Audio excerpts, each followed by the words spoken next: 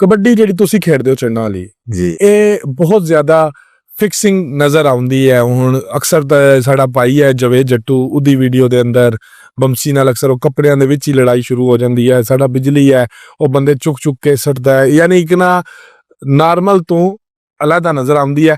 अज सच्ची सच्ची ओह हटा दो, क्या सब मैच नॉर्मल होंदे या कुछ विच फिक्स भी होंदे? जिहड़ी खुली कबड्डी है ना उसते लखां फॉलोवर नो, जे सर्कल कबड्डी उसदे भी लखां फॉलोवर नो। साडे जितने मेले होंदे ना उन्हां ते वाम तमाचेदार कबड्डी खुली कबड्डी पसंद करदे हैं।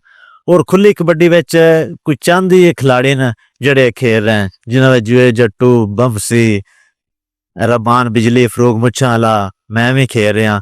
पहले जिहड़ी कबड्डी आई ਉਹਦੇ ਵਿੱਚ ਵਾਮ ਨੂੰ ਪੁਆਇੰਟ ਦੀ ਹੁੰਦੀ ਹੈ, ਪੁਆਇੰਟ ਦੀ ਵੈਲਿਊ ਹੁੰਦੀ ਹੈ। ਅਗਰ ਬੰਦਾ ਇੱਕ ਦੋ ਚੰਡ ਮਾਰ ਕੇ ਨਸ ਗਿਆ, ਪੁਆਇੰਟ ਉਸ ਲੈ ਲਿਆ ਤਾਂ ਵਾਮ ਆਂਦੀ ਹੈ ਅਸੀਂ ਰਾਜ਼ੀ ਹਾਂ। ਹੁਣ ਵਾਮ ਨੂੰ ਪੁਆਇੰਟ ਨਾਲ ਕੋਈ ਗਰਜ਼ ਨਹੀਂ। ਵਾਮ ਚਾਹੁੰਦੀ ਹੈ ਬਾ ਅਸੀਂ ਚੰਡਾਂ ਵੇਖਣੀਆਂ ਨੇ, ਕੌਣ ਦੋ ਬੰਦਿਆਂ ਸੱਟਦਾ ਹੈ, ਕੌਣ ਤਿੰਨਾਂ ਸੱਟਦਾ ਹੈ, ਕੌਣ ਚਾਰ ਨੂੰ ਸੱਟਦਾ ਹੈ।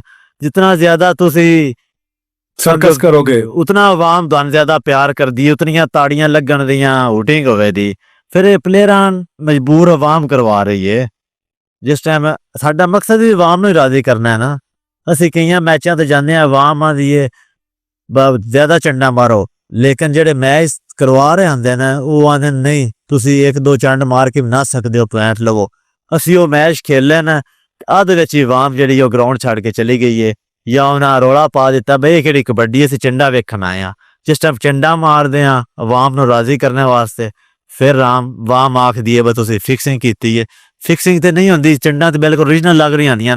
ਜਿਹੜੀਆਂ ਕਲਾਬਾਜ਼ੀਆਂ ਅਬਦੁਰਮਾਨ ਬਿਜਲੀ ਮਰਾਂਦਾ ਹੈ ਜਾਂ ਕੱਪੜਿਆਂ ਵਿੱਚ ਜਿਵੇਂ ਪਲੇਅਰ ਇੱਕ ਹੁਣ ਬੰਸੀ ਕੱਪੜਿਆਂ ਵਿੱਚ ਖੇਲ ਰਿਹਾ ਤੂੰ ਫਿਰ ਅੱਛਾ ਨਹੀਂ ਲੱਗਦਾ। ਤੁਸੀਂ ਅਗਰ ਖੇਲਣਾ ਤੇ ਨਿਕਰਾਂ ਪਹਿਨ ਕੇ ਆਓ, ਜਾਂ ਤੁਸੀਂ ਕੋਈ ਇਤਨਾ ਕਰੋ ਨਾ ਆਵਾਮ ਨੂੰ ਬਿਲਕੁਲ ਤੁਸੀਂ ਇਹ ਨਾ ਕਹੋ ਰੈਸਲਿੰਗ ਹੋ ਰਹੀ ਹੈ, ਪਰ ਗੇਮ ਨੂੰ ਗੇਮ ਸ਼ੋਅ ਕਰੋ। ਕਬੱਡੀ ਨਾਮ ਇਹ ਟੈਕਨੀਕ ਦਾ ਨਾਮ ਹੈ। ਤੁਸੀਂ ਤੁਹਾਡਾ ਗੌਰ ਕੋਈ ਹੋਵੇ, ਤੁਸੀਂ बुक्की पद्धो कैंची मारो, ये तो कोने पर तो तीन तीन बंदे किलाबाजियां मारो आओ, ये तो नहीं। मैं भी इस चीज को अच्छा समझदा। यानी कोई तो रंगबाजी है ना विच।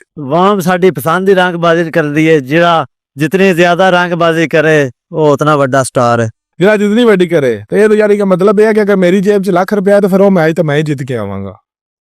नहीं जितना तुसी तां ही, अगर तुहानू रंगबाजी करने का पता है वो तो फिर करा देंगे ना जिन्होंने पैसे देंगा।